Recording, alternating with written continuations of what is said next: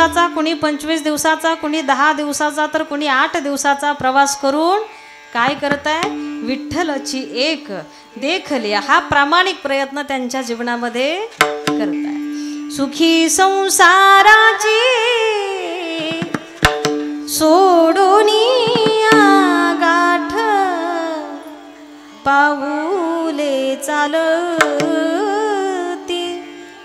पंढरीची वाट, पाऊले चालती पंढरीची वाट. घेता प्रसाद श्री विठ्ठलाचा, घेता प्रसाद श्री विठ्ठलाचा, अशा दारिद्र्याचा भावानायनाट पाऊले चालती पंढरीची वाट. घेता प्रसाद श्री विठ्ठलाचा, अशा दारिद्र्याचा भावानायनाट. त्याला पाहण्याचे असंख्य असे फायदे आम्हाला सांगितलेत. म्हणून त्याला पाहण्यासाठी आषाढीच्या दरम्यान अभिसंबंध महाराष्ट्रातील लोक, वारकरी लोक या पंढरीच्या दिशेनं धाव या ठिकाणी घेतात. मग याची सुद्धा दुसरी बाजू तुमच्या समोर मांडून जाईल. त्याला पाहण्याचा प्रयत्न करणारी करोडोनं संख्या आहे, लाखोनं संख्या आहे. पण तो सुद्धा सगळ्यांनाच दिसेल का हो? तो सुद्धा सगळ्यांनाच दिसतो का? नाही. ज्याची भक्ती, ज्याची साधना काहीतरी विशेष पात्रतेची आहे, लेवलची आहे, अशाच लोकांच्या जीवनामध्ये तो त्यांना दिसला. जेव्हा ज्ञानाचा सागर असलेले मौली ज्ञानोबराय त्याला पाहतात, काय विठ्ठलाला पाहतात, पांडुरंगाचं दर्शन घेतात, तर तेव्हा एकदा गर्वाची, अभिमानाची, स्वाभिमानाची भूमिका घेऊन मौली ज्ञानोबरायांसारख्या संतांनी वर्णन केलंय की आज विठ्ठलाला पाहिलं म्हणजे मी कुणाला पाहिलंय? योगी दुर्लभ तो म्या देखिला साजनी, पाहता पाहता मना न पुरे धनी,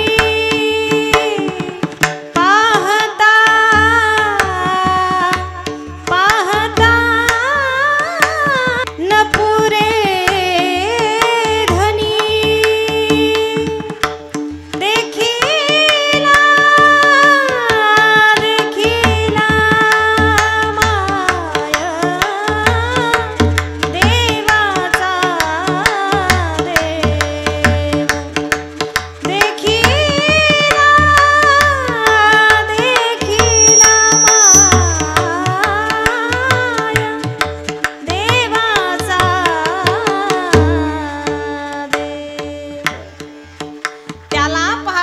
संख्या लाखोड आहे, करोडोन आहे, पण तो सुद्धा प्रत्येकालाच दिसेल असं सांगू शकत नाही, याची शाश्वती देऊ शकत नाही. मग मौली ज्ञानोबराय सारख्या संतांनी जेव्हा त्याला प्रथमतः पाहिलं तेव्हा गर्वाची भूमिका घेऊन विशेष अशी नोंद आमच्यासमोर मांडली आहे की योग्यांनाही दुर्लभ असलेला भगवान परमात्मा आज मी पाहिला. देवाचा देव पाहता पाहता मना न पुरे धनी, असं गोड वर्णन जेव्हा त्याला पाहिलं तेव्हा मौली ज्ञानोबरायांनी आमच्या समोर या ठिकाणी केलंय. मग का त्याला पाहता आलं? तर मौली ज्ञानोबरायांकडे सुद्धा हे नामस्मरणाचं साधन त्यांच्या जीवनामध्ये आम्हाला पाहायला मिळतंय. आणि मग मौली ज्ञानोबरायांनी वर्णनही आमच्या समोर मांडलं हरिपाठामध्ये. हरिमुखे म्हणा, हरिमुखे म्हणा, पुण्याची गणना कोण करी, मुखानं फक्त हरी हरी या नामाचा आधार जर आम्ही आमच्या जीवनामध्ये या ठिकाणी घेतला तर सुखे येतो घरा नारायण, हा निश्चित परिणाम आम्हाला आमच्या जीवनामध्ये पाहायला मिळणार. जो परिणाम मौली ज्ञानोबरायांना पाहायला मिळाला, असं सर्व साधनांमध्ये सोपं आणि सुलभ असलेलं साधन म्हणजे नामस्मरण या ठिकाणी आहे. आणि अशा या नामाचा आधार घेऊन आम्हाला आमचा व्यापार सफल जर करून घ्यायचा असेल तर त्यासाठी उत्तम पद्धतीचं मार्गदर्शन, दिशानिर्देशन तुकोबराय आदी करून सगळेच संत आमच्या समोर या ठिकाणी ठेवतायत.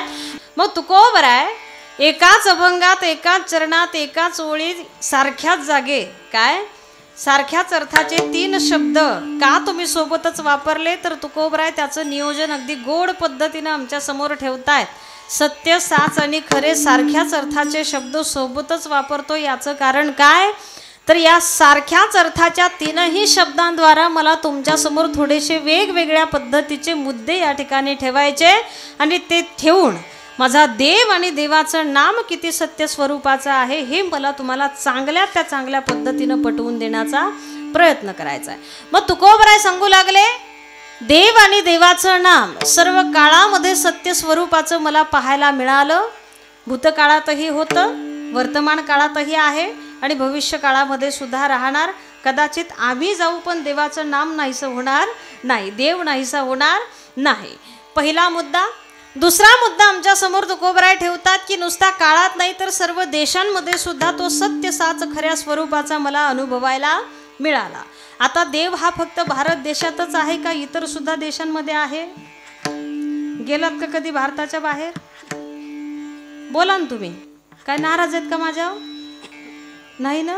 हां, भले देवाचं नाव दुसरं असेल, काय देवाचं स्वरूप दुसरं असेल, आकार दुसरा असेल, पण देव नाही असा देश अजून जन्माला आलेला नाही. सर्व काळातही आहे, सर्व देशांमध्ये सुद्धा माझा देवही आहे आणि देवाचं नाव सुद्धा या ठिकाणी मला अनुभवायला मिळालं. आता काळात आहे, देशात आहे आम्ही मान्य केलं, पण तिसरा मुद्दा मात्र थोडासा बुद्धीला अवजड तुकोबराय आमच्या समोर ठेवतायत. नुसता काळात देशात नाही तर सर्व निर्जीव वस्तूमध्ये सुद्धा माझा देवही आहे, देवाचं नाव सुद्धा आहे. तुकोबरायांचा तिसरा मुद्दा आहे. आता निर्जीव वस्तूमध्ये सुद्धा देव हा वास करतो, देव हा मला अनुभवायला मिळाला, पाहायला मिळाला. म्हणजे निर्जीव वस्तूमध्ये सुद्धा देव राहतो, हे तुम्हाला मान्य आहे का? आहे म्हणजे तुमच्याकडे सुद्धा आहे का निर्जीव वस्तू देव आहे का? हां, कारण ते आम्हाला शिकवलंय प्रल्हादानं. हां, त्याचा आदर्श आम्हाला प्रल्हादानं या ठिकाणी दिलाय. राक्षस कुळामध्ये जन्माला आलेला हा एक भगवत भक्त आहे. काळ सारावा चिंतने एकांतवासी गंगास्नाने, देवाच्या पूजने प्रदक्षिणा तुळशीच्या, या उक्तीप्रमाणे अखंड जीवन आपलं व्यतीत केलेला हा भक्त प्रल्हाद मोठ्या राक्षस कुळामध्ये जन्माला आला. काय हो त्याच्या बापाचं नाव आहे तुमच्या गावात? हिरण्यकश्यपू नाही नसेलेचा असता तर एवढा सप्ताच होऊ देत नाही तो. मग हां, राक्षस कुळातला मोठा राक्षस आणि त्याच्या पोटी जन्माला आलेलं हे एक भगवत भक्त, हे अनमोल असलेलं रत्न. हरी नारायण नारायण नारायण, श्रीमन नारायण नारायण नारायण, हरी नारायण नारायण, श्रीमन नारायण नारायण नारायण, हरी नारायण नारायण, श्रीमन नारायण नारायण नारायण. तुम्ही ताण घेऊ नका, आमचं आम्ही करतो ना भजन. हा, तुम्ही कशाला उगाच लोड घेता? उग काहीतरी तुरळ का बायाने टाळ्या वाजवल्यात बरं का. तुम्ही मागच्या आमच्यात नाहीत का? हा, का लकी ड्रॉ घ्यायला आला फक्त? तसं नाही ना काही. भजनही करा, भोजनही करा, परमार्थाचा भक्तीचा आनंद घ्या. हा, कारण आयुष्या लाभा जो चुकला तुकोबराय म्हणतात वाया गेला बरं का. आम्हाला वाया जायचंय का? मग नाही. जेव्हा जेव्हा भजन होईल महाराज सांगू न सांगू आपलं काम आपण प्रामाणिकपणानं करायचं आहे. टाळी वाजवता येते तुम्हाला? दाखवा बरं वाजून मला एकदा. वा वा. हा, बोलता येतं सगळ्यांना? वा, पोरांनाच येतंय वाटतं. हा, मग जेव्हा जेव्हा भजन होईल तेव्हा तेव्हा म्हणायला आणि टाळी वाजवायला काय हरकत आहे? नाही ना काही हरकत. हा, तो प्रल्हाद इतकं गोड भजन करायचा, इतकं गोड भजन आपल्या एक दिवस आपल्या मस्तीत, आपल्या छंदात, आपल्या आनंदात. हरी नारायण नारायण नारायण, असं गोड असलेलं भजन त्याचं त्याच्या आनंदात चाललाय. आणि हेच चालू असलेलं भजन त्याच्या बापाच्या कानावर जाऊन पडलं. रागानं लाल बुंद झाला. ताड ताड ताड ताड चालत त्या लेकराकडे आला आणि त्याला हाताला धरून उठवलं. माझ्याच समोर, माझ्याच घरात, माझ्या स्वतःचं लेकरू, माझ्या दुश्मनाचं नाव एवढं मोठमोठ्यानं माझ्या समोर या ठिकाणी करताय. रागानं अनावर झाला. रागानं लाल बुंद तो हिरण्यकश्यपू झाला आणि त्या लेकराला प्रश्न विचारू लागला, का रे माझ्या समोर माझ्या दुश्मनाचं एवढं 24 तास भजन करत राहतो, सारखं तुझं आपलं नारायण नारायण नारायण नारायण चालू राहतं, मग आजपर्यंत तू सारखं नारायण नारायण नारायण नारायण करतोस, तर एवढं नारायण नारायण केल्या सरसर तुझा नारायण तुला आजपर्यंत दिसला का? तुझा नारायण तुला आजपर्यंत भेटला का? आणि भेटला असेल, दिसला असेल तर मलाही सांग, तुझा नारायण नेमका आहे तरी कुठे?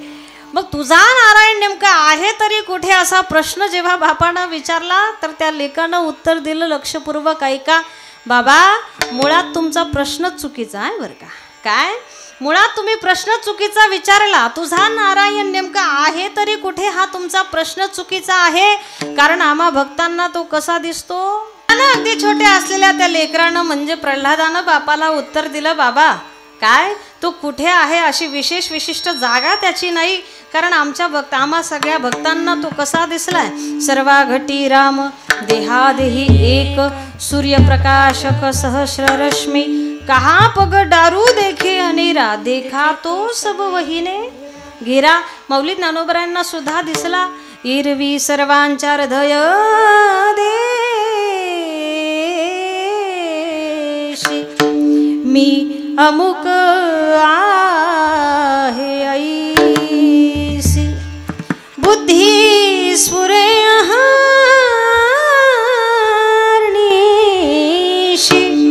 ते वस्तू गामी.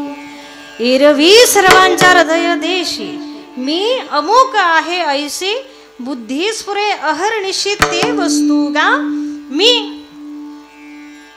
अगदी अशा या प्रत्येक वस्तूमध्ये माझा वास आहे, वस्तूतच आहे असं सांगत नाही, तर तुमच्याही हृदयात आहे, माझ्याही हृदयात देव आहे, राम आहे. पण तो दिसतोय का? कारण देव फार लांबची गोष्ट आहे. हल्लीची परिस्थिती अशी आहे की माणसातला माणूसच दिसायला तयार नाही, तेव्हा देव फारच लांबची गोष्ट आहे बरं का. आता तुमच्याकडे कसंही मला माहीत नाही, पण आमच्या तिकडे रोज शाळेमध्ये प्रार्थना घ्यावी लागते. हीच अमुची प्रार्थना अन हेच अमुचे मागणे, माणसाने माणसाशी माणसा समवागणे. हा सप्त्याचा परिणाम आहे बरं का सगळा. टाळ्या वाजवा ते लेकरांसाठी एकदा. म्हणजे तुमच्याकडे पण आहे प्रार्थना, आहे ना? हा. काय सध्या हल्लीच्या काळात माणसातला माणूसच आम्हाला दिसत नसेल तर देव ही फार लांबची गोष्ट आहे. मग देव जर शोधायचा असेल, त्याला जर अनुभवायचं असेल तर कुठे लांब जाण्याची गरज नाहीये. तुझ्या माझ्यात भेट साऱ्यात तो, शोध नाही कुठे आप साऱ्यात तो. रोज वृंदावनी थोडी जो घागरी, तोच नाथा घरी वाहतो कावडी. गुंतला ना कधी मंदिरी रावुळी, बाप झाला कधी झाला माऊली. भाव भोळा जिथे धावला तो तिथे, भाव नाही तिथे सांग धावल का.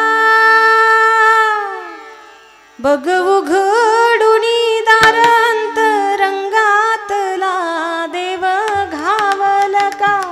बघ उघडुनी दार अंतरंगातला देव घावल का.